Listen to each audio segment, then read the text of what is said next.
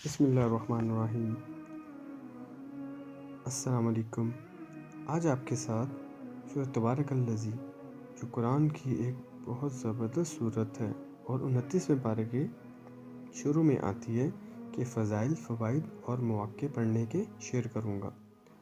حضرت ابو ہریرہ رضی اللہ تعالیٰ عنہ نے حضور صلی اللہ علیہ وسلم سے یہ ارشاد نقل کیا ہے، جس کا مفہوم ہے کہ قرآن شریف میں ایک سورت 30 آیات کی ایسی ہے کہ وہ اپنے پڑھنے والے کی شفاعت کرتی رہتی ہے، یہاں تک کہ اس کی مغفرت کروا دے، اور وہ سورت تبارک الذی ہے۔ سورت تبارک الذی کے متعلق ایک روایت میں آیا ہے کہ حضور صلی اللہ علیہ وآلہ وسلم نے فرمایا، اس کا مفہوم ہے کہ میرا دل چاہتا ہے کہ یہ سورت ہر مومن کے دل میں ہو، یعنی اس کو زبانی یاد ہو۔ ایک روایت میں آیا ہے، اس کا مفہوم ہے کہ جس نے تبارک الذی اور الف لام میم سجدہ کو مغرب اور عشاء کے درمیان میں پڑھا، گویا اس نے لیلۃ القدر میں قیام کیا۔ سورہ الف لام میم سجدہ 21ویں پارے میں ہے، اور تبارک الذی جسے میں نے پہلے بیان کیا 29ویں پارے کے شروع میں ہے۔ ایک روایت میں ہے کہ جس نے ان دونوں صورتوں کو یعنی الف لام میم سجدہ اور تبارک الذی کو پڑھا، اس کے لیے 70 نیکیاں لکھی جاتی ہیں، 70 برائیاں دور کی جاتی ہیں۔ اور ایک روایت میں ہے کہ جس نے ان دونوں صورتوں کو پڑھا، اس کے لیے عبادت لیلۃ القدر کے برابر ثواب لکھا جاتا ہے۔ اب لیلۃ القدر کا ثواب آپ دیکھ لیجئے کتنا زیادہ ہے، اور لیلۃ القدر کو حدیث میں آیا ہے کہ تاک راتوں میں تلاش کرو آخری عشرے کی رمضان میں، اور کہ لیلۃ القدر کا جو ثواب ہے یہ 1000 مہینے سے افضل ہے، 80 سال کی عبادت سے زیادہ اس کا ثواب ہے جس نے لیلۃ القدر حاصل کر لی۔ اور ہم یہ دو صورتیں پڑھ کر روز لیلۃ القدر کے برابر ثواب لے سکتے ہیں۔ ترمذی رحمۃ اللہ علیہ نے ابن عباس رضی اللہ عنہ سے نقل کیا ہے کہ بعض صحابہ رضی اللہ عنہ اجمعین نے ایک جگہ خیمہ لگایا۔ ان کو علم نہ تھا کہ وہاں قبر ہے۔ اچانک ان خیمہ لگانے والوں نے اس جگہ کسی کو سورۃ تبارک الذی پڑھتے ہوا سنا، تو حضور صلی اللہ علیہ وآلہ وسلم سے سارا ماجرا عرض کیا، تو حضور صلی اللہ علیہ وآلہ وسلم نے فرمایا کہ یہ سورت اللہ کے عذاب سے روکنے والی ہے اور نجات دینے والی ہے۔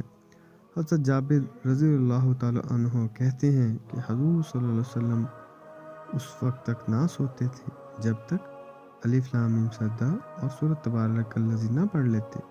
خالد بن معدان رضی اللہ تعالی عنہ کہتے ہیں کہ مجھے یہ روایت پہنچی ہے کہ ایک شخص بڑا گنہگار تھا اور سورۃ سجدہ پڑھا کرتا تھا، اس کے علاوہ اور کچھ نہیں پڑھتا تھا۔ اس سورت نے اپنے پر اس شخص پر پھیلا دیے کہ اے رب، یہ شخص میری بہت تلاوت کرتا تھا۔ اس کی شفاعت قبول کی گئی اور حکم ہو گیا کہ ہر خطا کے بدلے ایک نیکی دے دی جائے۔ خالد بن معدان رضی اللہ تعالیٰ عنہ یہ بھی کہتے ہیں کہ یہ سورت اپنے پڑھنے والے کی طرف سے قبر میں جھگڑتی ہے اور کہتی ہے کہ اے اللہ، اگر میں آپ کی کتاب میں سے ہوں تو میری شفاعت قبول کریے۔ بس اس کی شفاعت قبول کی جاتی ہے اور وہ منزلہ پرندے کے بن جاتی ہے اور اپنے پر میت پر پھیلا دیتی ہے، اور اس پر عذاب قبر ہونے سے مانع ہوتی ہے۔ اور یہی سارا مضمون وہ تبارک الذی کے بارے میں بھی کہتے ہیں۔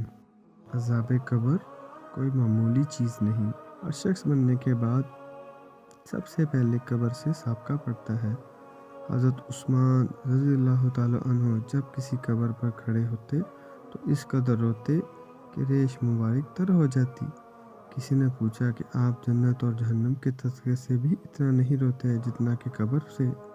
تو آپ رضی اللہ عنہ نے فرمایا کہ میں نے نبی کریم صلی اللہ علیہ وآلہ وسلم سے سنا ہے کہ قبر منازل آخرت میں سب سے پہلی منزل ہے۔ جو شخص اس کے عذاب سے نجات پا لے، آئندہ کے واقعات اس کے لیے سہل ہوتے ہیں، اور اگر اس سے نجات نہ پائے تو آنے والے حوادث اس سے سخت ہوتے ہیں۔ نیز میں نے یہ بھی سنا ہے کہ قبر سے زیادہ متوحشت کوئی منظر نہیں۔ بس اس صورت کا روزانہ اہتمام کریں۔ اور ایک نہایت ضروری بات کہ ہمارے پیارے جو ہم سے بچھڑ گئے، اس دنیا سے دوسری دنیا میں منتقل ہو گئے، ان کو ضرور اس صورت کو پڑھ کے ہدیہ کریں تاکہ ان کو بھی اس کا اجر ملے۔ اور جب بھی قبرستان جانا ہو تو اپنے پیاروں کی قبر پر یہ سورت تبارک الذی ضرور پڑھیے۔ جزاک اللہ۔ السلام علیکم۔